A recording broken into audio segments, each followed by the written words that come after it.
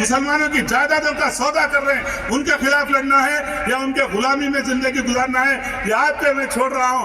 मैं इस मौके पर जो मुसीबत से, जो तकलीफ से ख्वाजा बिलाल मेरे भाई जो ये परमिशन लाए, मैं उनको सलाम पेश करता हूं। उनकी हिम्मत को प्रोग्राम की ऐसी सिचुएशन में बहुत ही जरूरत है। अगर आप देखेंगे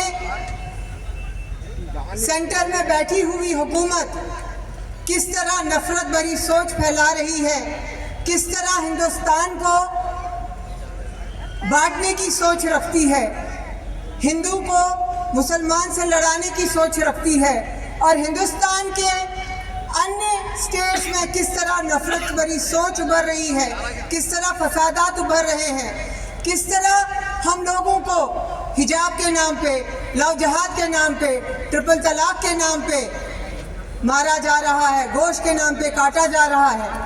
इसलिए अगर देखा जाए हिंदुस्तान के हैं 4 सिपाही, हिंदू मुस्लिम सिख ईसाई, इनके बगैर हिंदुस्तान कुछ भी नहीं है, और हम सब हिंदुस्तान का एक खूबसूरत गुलदस्ता है। राहुल गांधी जी ने अपनी यात्रा के द्वारा कन्याकुमारी से लेकर कश्मीर तक जोड़ने की कोशिश की, संविधान को बचाने की कोशिश की, और राहुल गांधी जी का मुद्दा हमेशा यही रहा है कि संविधान को कैसे बचाया जाए।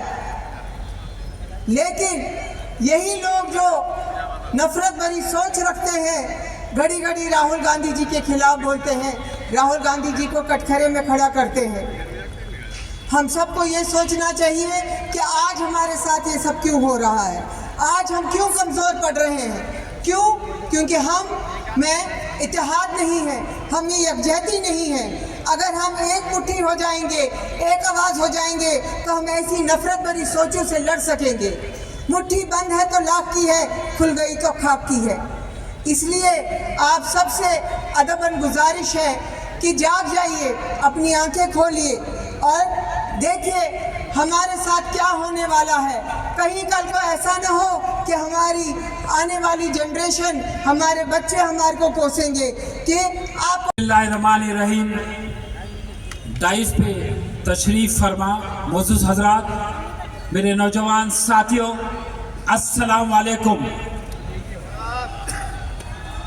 मज़हब के नाम पर जुल्म सितम हम नहीं करते, वफा की आड़ में सियासत हम नहीं करते, ज़मीन के कोप में भी जाते हैं तो हुसूल करके वतन की मिट्टी को नापाक हम नहीं करते। मेरे नौजवान की लड़ाई है, सच्चाई और झूठ की लड़ाई है, अंधेरे और रोशनी की लड़ाई है। आपको पता है कि आज हिंदुस्तान खतरे में है, हमारा दस्तूर खतरे में है, सेक्युलरिज्म खतरे में है, इसे हमें बचाना चाहिए। माजी में आप देखे हैं कि एक गुंडा मेरे नजर में अमित शाह, जिसके ऊपर कत्ल का मुकदमा चला था, हथकड़ियों में उसे तड़ीपार किया गया था, वो शख्स हमारे बाबा भीमराव अंबेडकर की बेहुरमती करता है और कहता है ऐवान पार्लियामेंट में कि फैशन हो गया अंबेडकर कहना, अंबेडकर कहना। तो मैं बीजेपी के लोग से कहना चाह रहा हूं कि आपका फैशन क्या है? इंतखाबात से पहले मजहब की बुनियाद पर हिंदू परिषद, बजरंग दल, बीजेपी, संघ परिवार क्या चाह रहे हैं? वन नेशन वन इलेक्शन ये नहीं चाह रहे हैं, ये चाह रहे हैं वन नेशन वन पार्टी। ये दस्तूर को बदलना चाह रहे हैं, पर हमें ये अहद करना होगा कि हम दस्तूर को बदलने नहीं देंगे। तो डॉक्टर भीमराव अंबेडकर का दस्तूर क्या करता कि we are sovereign socialist secular democratic republic. सवाल है, मैं समझता हूँ कि सोनिया गांधी हो, राहुल गांधी हो या प्रियंका गांधी हो, इनके सेक्युलर क्रेडेंशियल्स के ऊपर कोई उंगली नहीं उठा सकता। लेकिन बाबा साहब अम्बेडकर ने जब संविधान बनाया था, जब दस्तूर बनाया था, उसमें उन्हें भी ये खदशा था कि कल ऐसा वक्त आएगा जब एक किस्म से मज़हब की गोली पिलाकर हिंदुस्तानियों में दरार डालने की एक कोशिश होगी। ब्रिटिशर्स जब आए थे तो वो लोग भी यही काम किए थे और आज हिंदुत्व ताकतें भी यही काम कर रही हैं। डाइस पे मौजूद हनुमंतना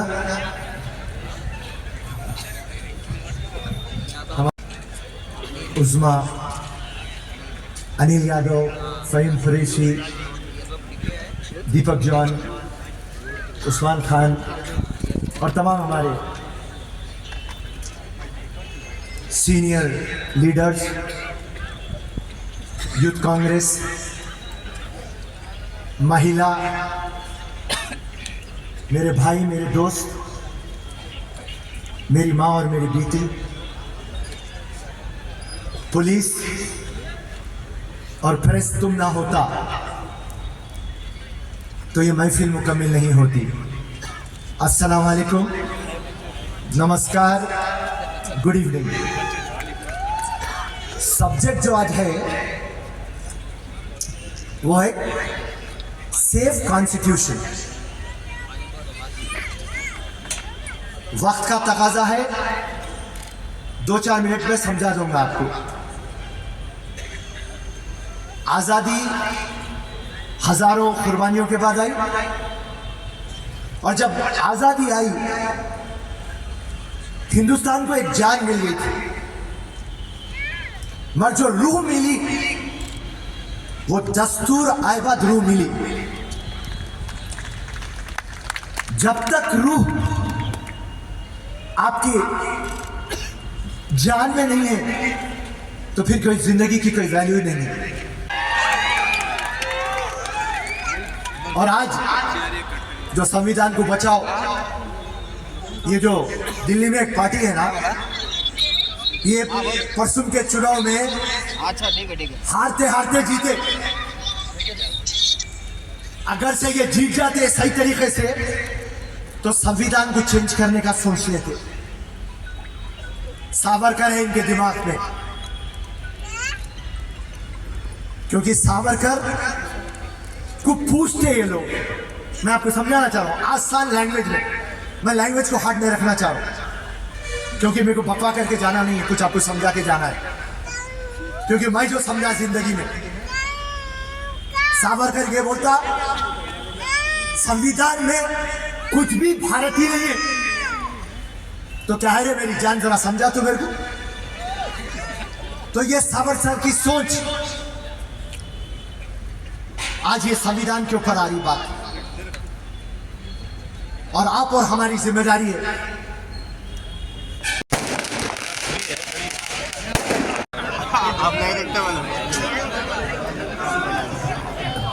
सलाम तारीफी सरजमीन को। वक्त बहुत कम बचा है। बिलाल साहब ने बताया कि 15 मिनट का वक्त बाकी है। मैंने कहा भाई थोड़ा तो हमारे और उनके बीच में फर्क रहने ही दो कम से कम। यहाँ पे मौजूद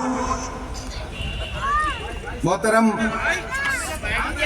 हमारे सीनियर एक्स पीसीसी प्रेसिडेंट साहब, यहाँ पे मौजूद राज्यसभा के सांसद अनिल यादव जी, हमारे साथी फ़हीम कुरैशी साहब, फेरोज भाई, उस्मान अल हाजरी साहब, अजमत हुसैनी साहब, उबैदुल्ला कोतवाल साहब, खुसरो बियाबानी साहब, आमिर अली साहब, आपके एमएलसी दीपक जॉन जी, उज़्मा शाकिर जी, जफर जावेद साहब, शेख अकबर जी, खालिद सैफुल्ला, अहमद खान जी, जीनल गाला जी, सैयद अर्जुमन साहब, और इस पूरे कार्यक्रम में डे वन से पूरी शिद्दत से लगे हुए जो ख्वाजा बिलाल साहब। हम करें बात दलीलों से तो रद्द होती है, हम करें बात दलीलों से तो रद्द होती है, उनके होठों की खामोशी भी सनद होती है, कुछ न कहने से भी छिन जाता है इजाज़े सुखन, जुल्म सहने से भी जालिम की मदद होती है। हैदराबाद वालों, ये जो प्रोग्राम है संविधान जिंदाबाद, कांग्रेस पार्टी ने पार्लियामेंट के अंदर देश के होम मिनिस्टर साहब अमित शाह साहब ने जो डॉक्टर बाबा साहब अंबेडकर जी का अपमान किया, उसके खिलाफ पूरे देश में प्रोटेस्ट के तौर पर, एहतजाज के तौर पर एक प्रोग्राम प्लान किया जिसका नाम रखा जय बापू, जय भीम, जय संविधान। हमारे माइनॉरिटी डिपार्टमेंट ने यह हद किया कि हम देश में 25 बड़ी संविधान जिंदाबाद की सभाएं करेंगे।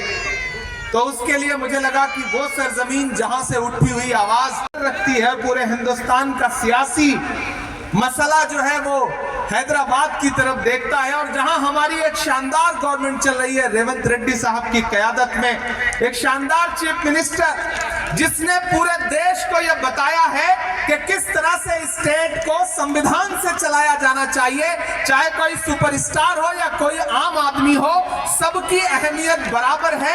ऐसे चीफ मिनिस्टर के स्टेट से हमने इस प्रोग्राम की शुरुआत करने का प्लान किया, और उसके लिए मैं मुबारकबाद दूंगा सैयद अर्जुमन साहब को और ख्वाजा बिलाल को कि जिन्होंने पूरी कोशिशों के साथ आज की ये शाम जुटाई और आप सारे लोगों को इकट्ठा किया। यहाँ अल्पसंख्यक विभाग के तमाम हमारे डिस्ट्रिक्ट चेयरमैन और तमाम पदाधिकारी बैठे हैं। स्टेज पर इतने लोग हैं कि सबका नाम लूंगा तो जो 12-13 मिनट बाकी थे वो भी खत्म हो जाएंगे। इसलिए मैं सीधे सीधे आपसे मुखातिब हूं और आपसे ये कहना चाहता हूं कि हैदराबाद वालों, लड़ाई बहुत बड़ी है। ये जो हमारे हाथ में किताब है जिसे कॉन्स्टिट्यूशन ऑफ इंडिया कहा जाता है, पूरी भाजपा इस किताब को देख करके बिलबिला उठती है। मुझसे एक दिन मीडिया जो इस मुल्क में नफरतों के खिलाफ लड़ रहा है, हम सारे लोग जो इस स्टेज पर बैठे हैं उसके सिपाही बन करके भाजपा की संविधान के खिलाफ, डॉक्टर बाबा साहब अंबेडकर के खिलाफ जो सोच है उसके लिए सड़क से लेकर के संसद तक लड़ रहे हैं। हम और अनिल दोनों लोग पार्लियामेंट में हैं, हम वहां पार्लियामेंट के अंदर भी लड़ रहे थे और सड़क पर भी लड़ रहे हैं। पूरी कांग्रेस पार्टी सड़क पर लड़ रही है। हैदराबाद वालों, इस लड़ाई में मैं आपको शामिल करता हूं। आज बहुत ज्यादा तकरीर का वक्त नहीं है।